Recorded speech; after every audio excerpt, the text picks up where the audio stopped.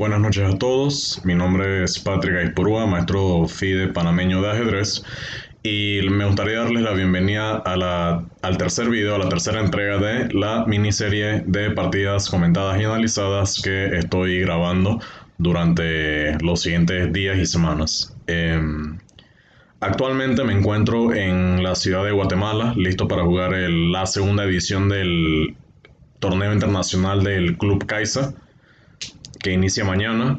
Entonces, me gustaría comentar esta partida de David Lariño antes de iniciar la competencia, ya que no estoy seguro que luego de iniciar la competencia tenga el momento para sentarme a hacer esto y no quisiera prolongar esta partida, el análisis, más allá de una semana, que es lo que normalmente demora un análisis.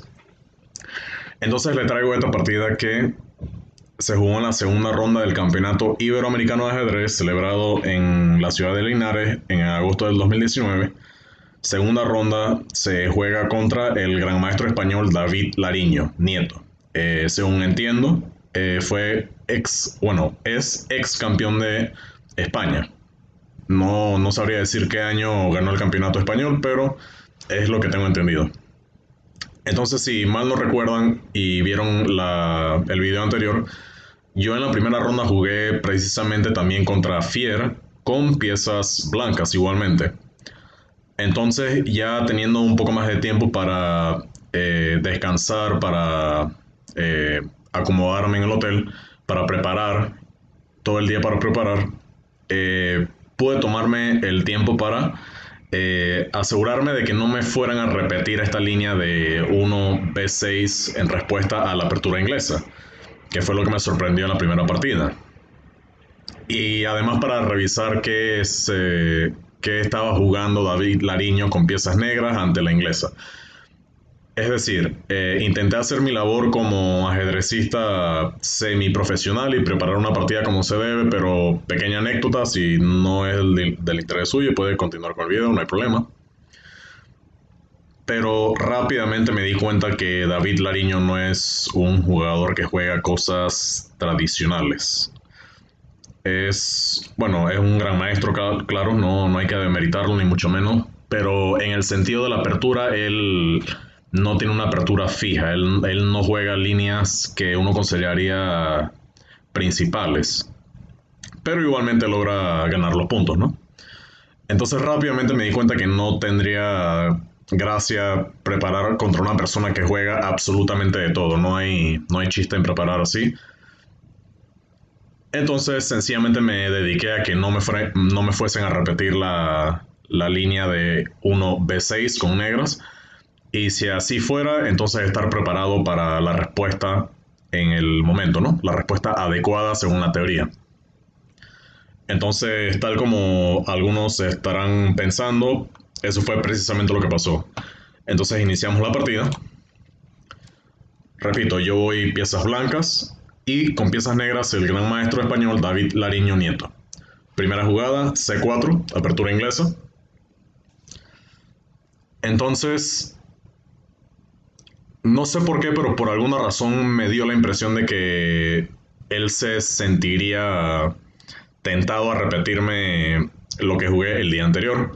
¿Debido a qué? Debido a que si vieron aquella partida, no fue que yo salí precisamente cómodo de la apertura, es decir, Fier con piezas negras logró una ventaja bastante, pequeña pero estable, se podría decir, una ventaja estable con piezas negras ante la inglesa.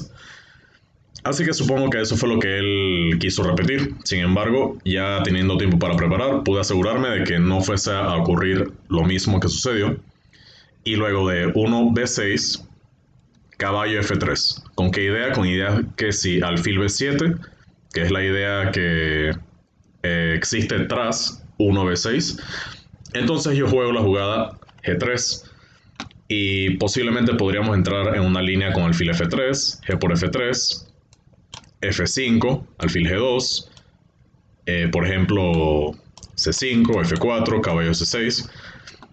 Y es un juego bastante complicado, muy complicado. Entonces, pero yo estaba preparado para estas líneas, precisamente. Yo lo había estado viendo en la mañana. Sin embargo, eso no fue lo que jugó David Lariño. Tras alfil b7, g3, él decide jugar con la jugada 3h5. ¿Con qué idea? Con idea sencillamente de empezar a especular sobre el flanco de rey blanco, con jugadas tales como h4, obviamente luego de un desarrollo sensato con jugadas tales como caballo f6, por ejemplo e6, alfil c5, y no sé, yo continuaré con jugadas tales como alfil g2, enroque corto,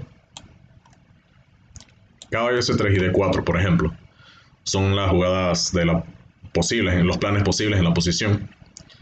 Sin embargo, otra idea que a veces se suele ver en la práctica es que a respuesta del h5 de las piezas negras, se suele jugar a veces la jugada un h4 con piezas blancas. ¿Con qué idea? Sencillamente con la idea de que ambos peones de h queden bloqueados el uno por el otro. Y así ya tenemos todas las ideas, o al menos la gran parte de las ideas asociadas con un ataque directo sobre el flanco de rey.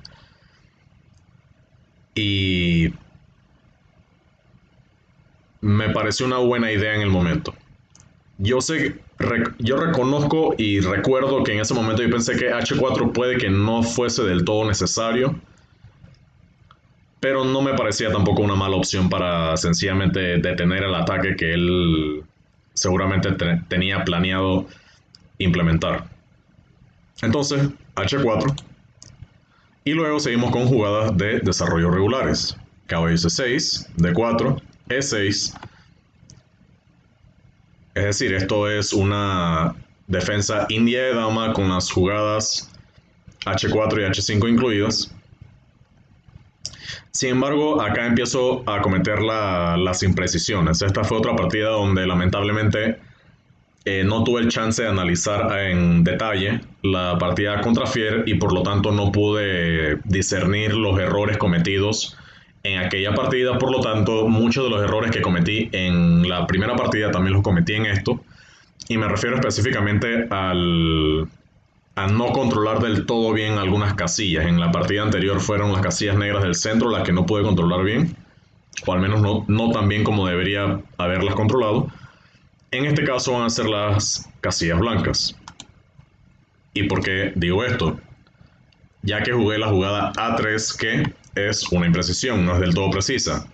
¿Cuál es la idea tras A3? La idea tras A3 es que quiero desarrollar el caballo a C3 y posiblemente E4 en el futuro, sin tener que preocuparme por las jugadas de alfil B4, clavando al peón y seguramente ganando tiempo tras un caballo F6 con un ataque sobre el peón de E4, si llegase a jugar la jugada E4.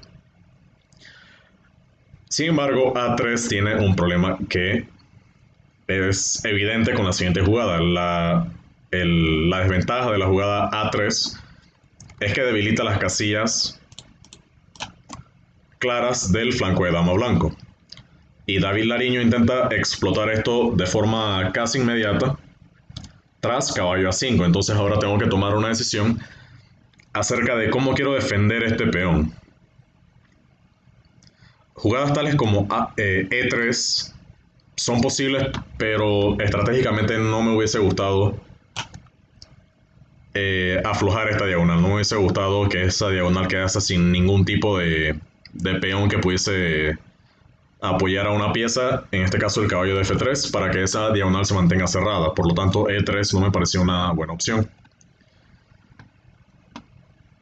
La jugada que recomienda la máquina es la jugada dama D3, seguido de caballo F6 y caballo D2, controlando todas las casillas importantes del centro.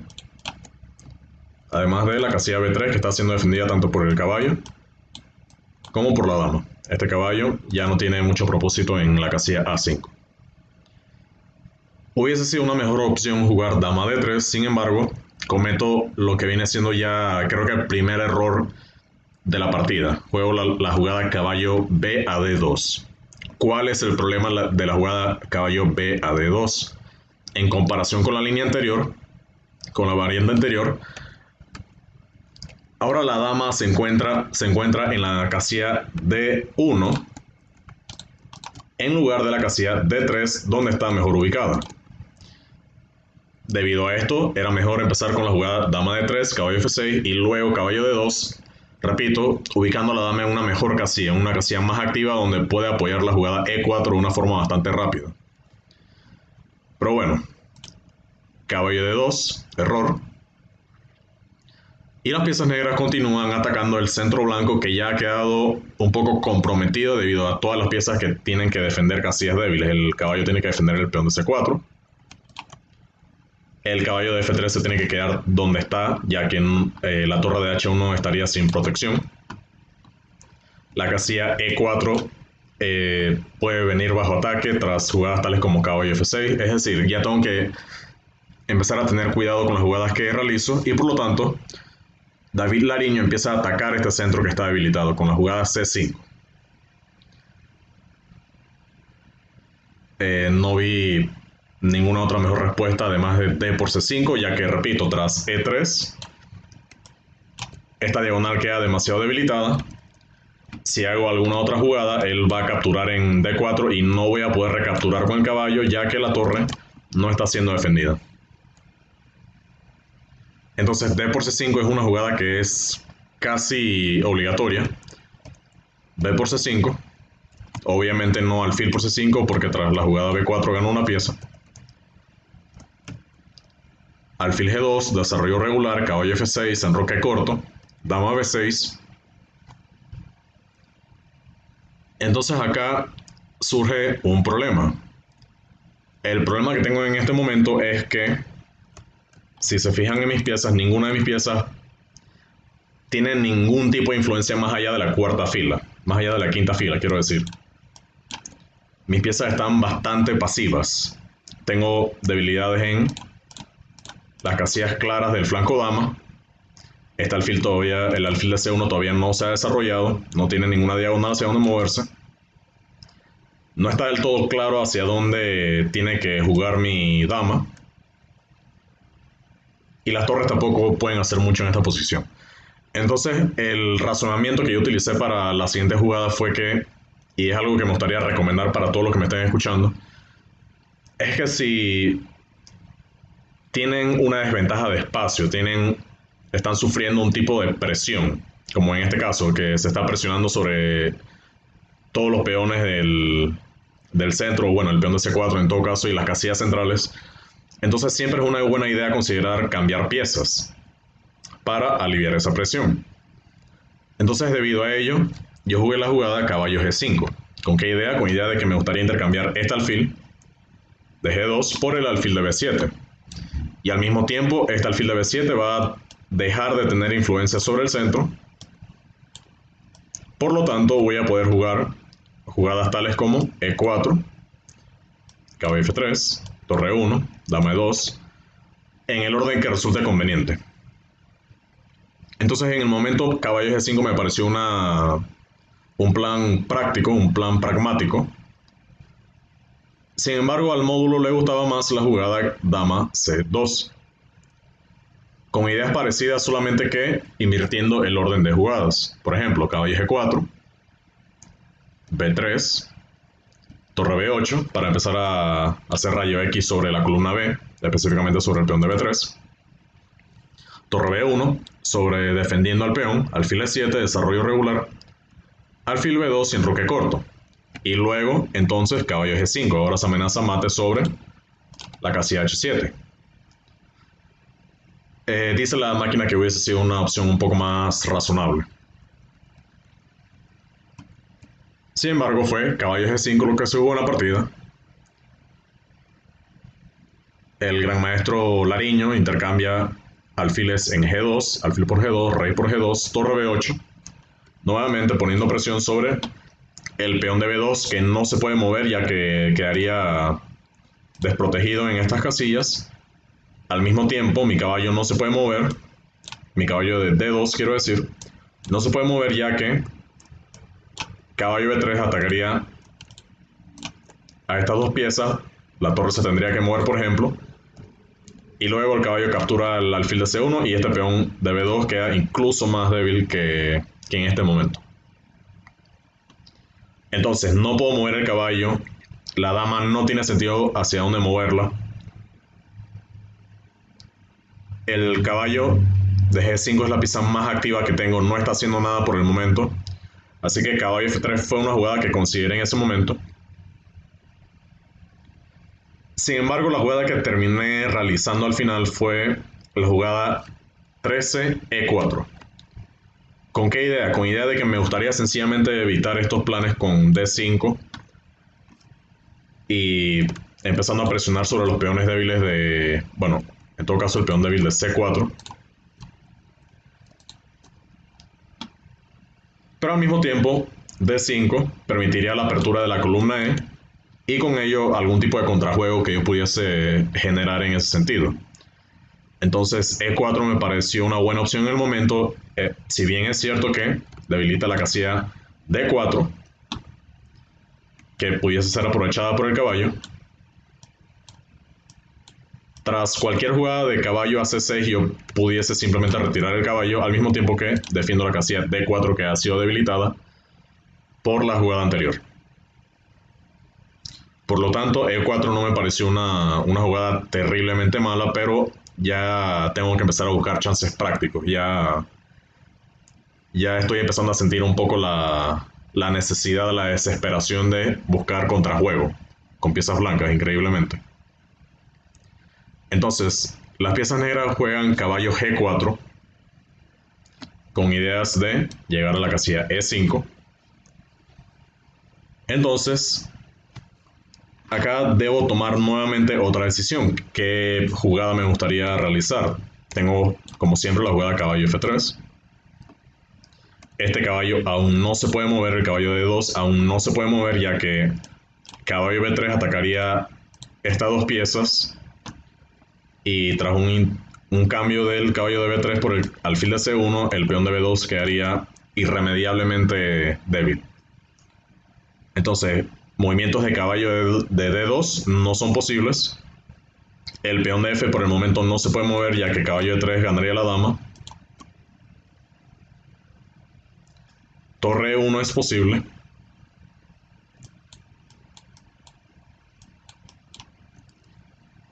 O jugadas de dama, tales como dama C2, tales como dama C2, dama E2, dama F3 incluso, dama A4. Todas son jugadas que yo analicé. Sin embargo, la jugada que al final jugué en la partida fue la jugada torre E1. ¿Por qué razón? No precisamente porque yo pensaba que torre E1 fuese una jugada fuerte, sino simplemente por el hecho de que mis piezas no tienen mucha movilidad. Y me gustaría esperar a ver cómo él define su posición, si quisiera volver con el caballo C6, si gustaría jugar el alfil en E7 o en D6, si quisiera jugar el caballo en E5, si quisiera volver a F6 con el caballo, o cualquier movimiento de peón asociado. Me gustaría esperar a que él defina un plan en concreto para yo así poder reaccionar con movimientos de dama. Es decir, me parecía que torre E1 era más flexible que cualquier movimiento de dama, al menos en esta jugada. Entonces, tras caballo E5, que fue la jugada que se jugó en la partida, se está amenazando al peón de C4. Ya debo defenderlo. Jugadas tales como dama E2 son respondidas con dama A6 y se mantiene el mismo problema. Por lo tanto, B3, jugada única, para defender el peón de C4. Alfil E7, desarrollo regular. Entonces, ya que el caballo de G5 ha cumplido la función que tenía al moverse desde F3 a G5, cuya función era permitir el cambio de alfiles de casillas claras, ya no hay razón para mantenerlo en G5, entonces regreso con caballo F3 para intercambiar otras dos piezas para seguir aliviando la presión sobre la posición blanca. El negro acepta el cambio de caballo, caballo F3. Y acá es donde digo que torre 1 era una jugada útil. ¿Por qué? Porque ahora puedo recapturar de dama. Fíjense que no gasté un tiempo con dama E2 o dama C2 o cualquier jugada parecida, sino que me ubico directamente en la casilla F3 con la recaptura de dama. Dama por F3. Entonces las piezas negras tienen muchos planes en esta posición, ¿no? Tienen caballos C6, tienen D6, tienen enroque, bueno, G6 y enroque corto, supongo. Movimientos de dama, pero David Lariño juega de una forma bastante práctica, que es D6, controlando el centro. Entonces acá empiezo a notar un tema táctico a mi favor. El tema táctico siendo que, ¿cuál es el problema de mi posición? El problema de mi posición es principalmente estos peones débiles. Como estos peones están debilitados, estas piezas en el flanco dama no pueden moverse casi, no tienen movilidad mayormente. Entonces, si yo pudiese de alguna forma resolver los problemas que tengo asociada a mi cadena de peones en el flanco dama, entonces se podría decir que estoy en el camino a igualar la posición. Entonces, en este momento yo hago uso de un tema táctico que se encontraba en la posición, que es B4. Buena jugada. ¿Por qué? Pareciera que regala un peón tras A por B4, A por B4, dama B4, de esta forma. A por B4, A por B4, pero si dama por B4, entonces torre B1 con ataque doble sobre la dama en B4 y la torre en B8 que no tiene forma de defenderla. Tendría que entregar la dama tras dama por B1, caballo por B1 y torre por B1. Yo quedaría con una dama por una pieza y una torre, que es un buen negocio. Por lo tanto, no es posible capturar al peón en B4, al menos no con la dama. Acá el negro tiene jugadas. Bueno, la jugada que tiene que hacer el negro en este momento es la jugada caballo C6. Y tras la jugada alfil B2, E5 cerrando esta diagonal.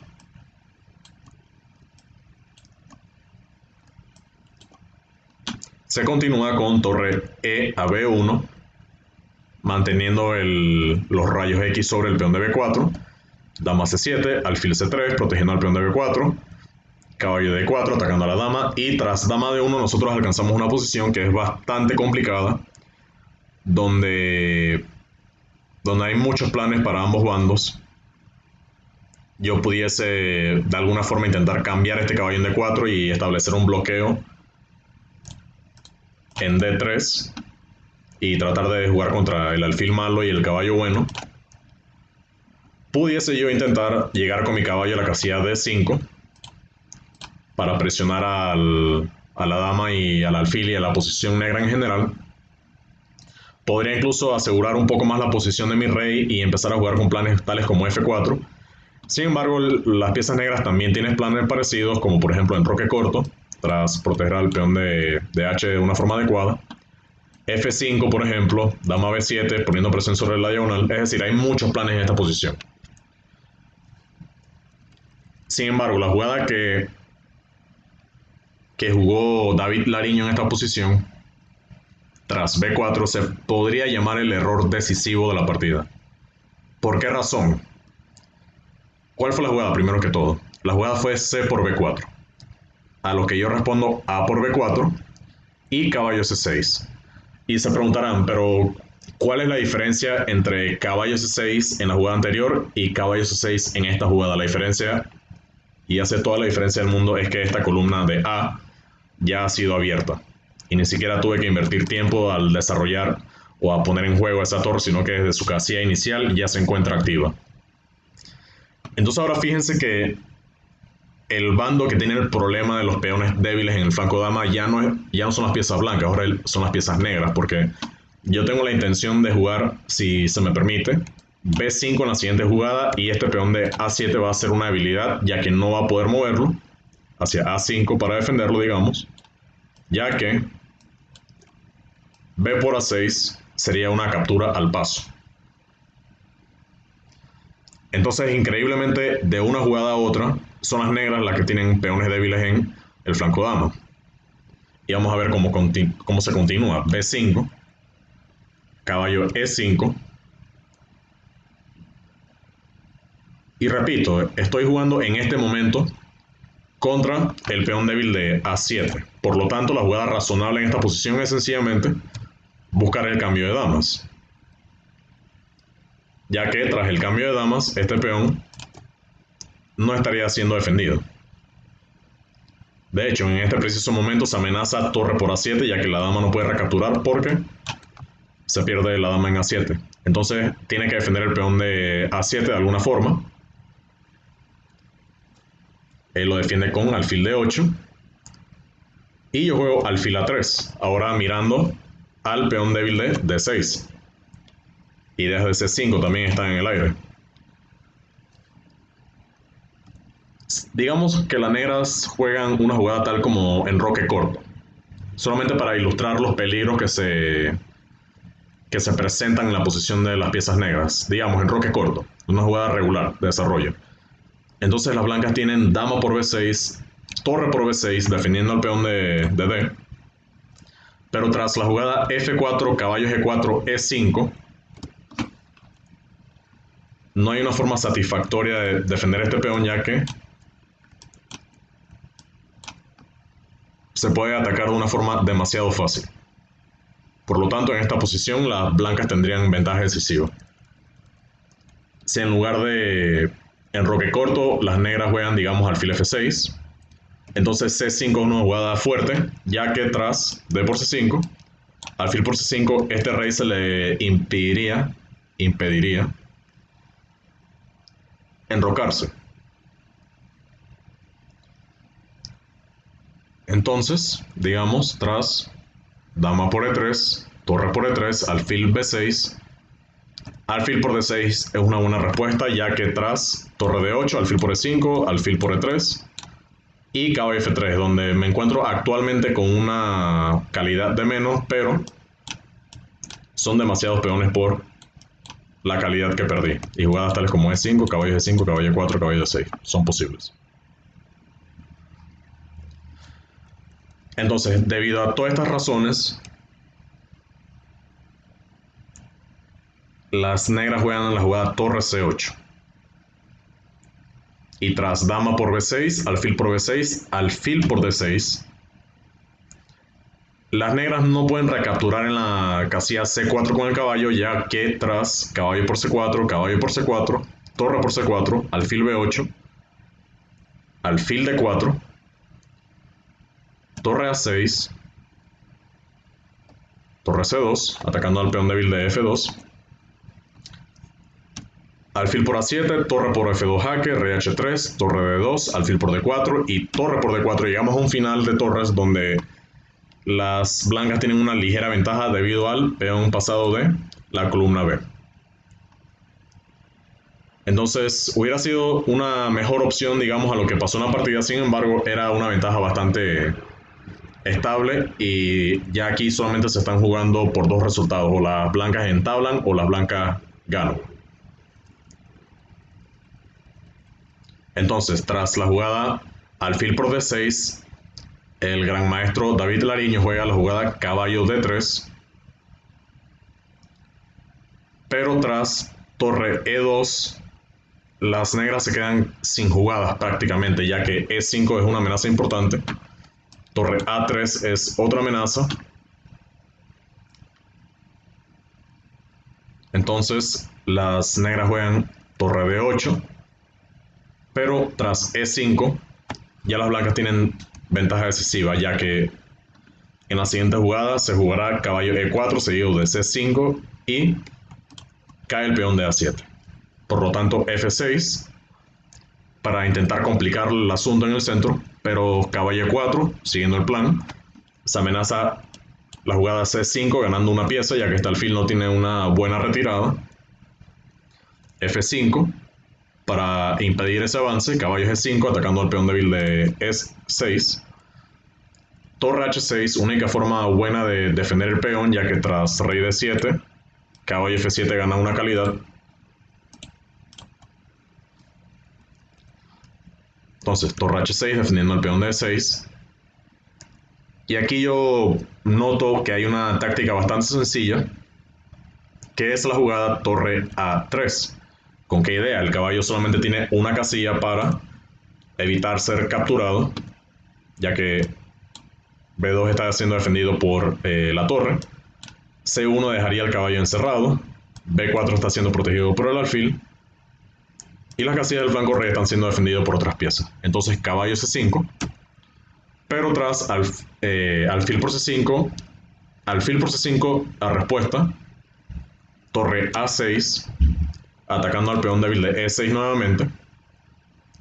Las negras no disponen de la jugada alfil B6, ya que tras C5, alfil por C5, caballo por E6, deja demasiadas piezas en el aire. Estoy amenazando tanto caballo por G7, así como estoy amenazando caballo por C5. Así como estoy amenazando al mismo tiempo caballo por D8. Es decir, hay demasiadas cosas en el aire. Por lo tanto, no era una buena opción permitir C5. Por lo tanto, jugó torre C8. Yo vuelvo a capturar un peón, ahora tengo dos peones de más. Estoy amenazando una pieza. Bueno, no una pieza, pero estoy amenazando intercambiar más piezas y llegar a un final ganador. Por lo tanto, él intenta impedir este plan de simplificación. Juega la jugada alfil F8.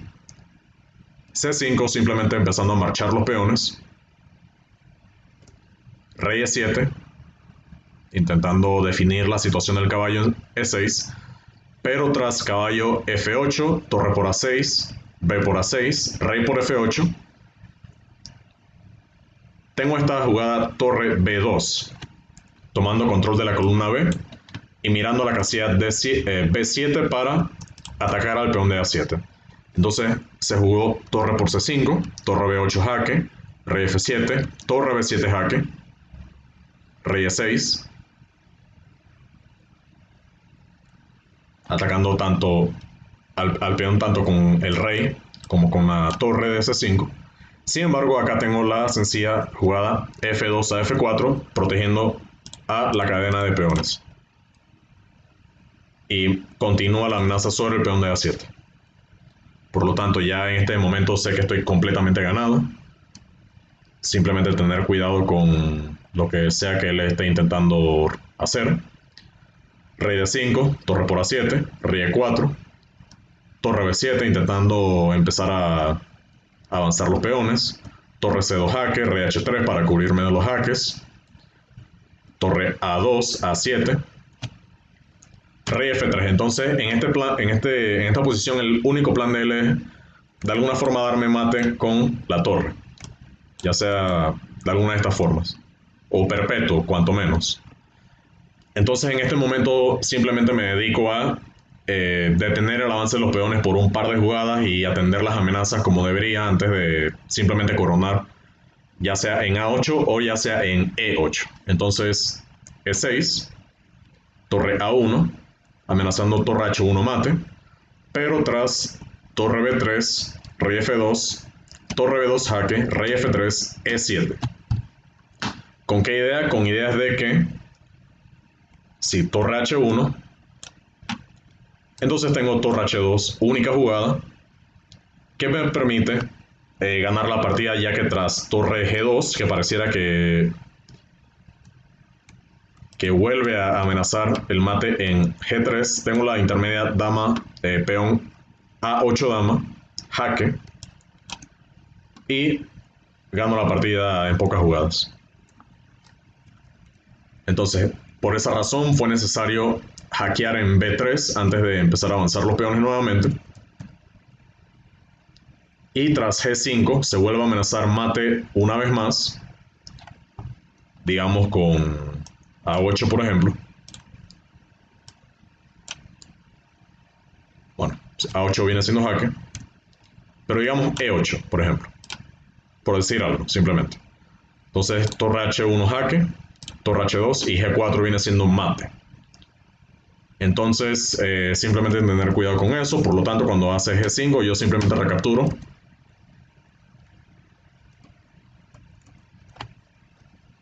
con el peón de F. Y en esta posición el gran maestro David Lariño cede la partida. Entonces esta fue, repito, yo todavía estaba eufórico desde la primera partida. No lo podía creer, yo todavía no podía creer haberle ganado a Fier, un oponente que me lleva 300 puntos gran maestro por supuesto.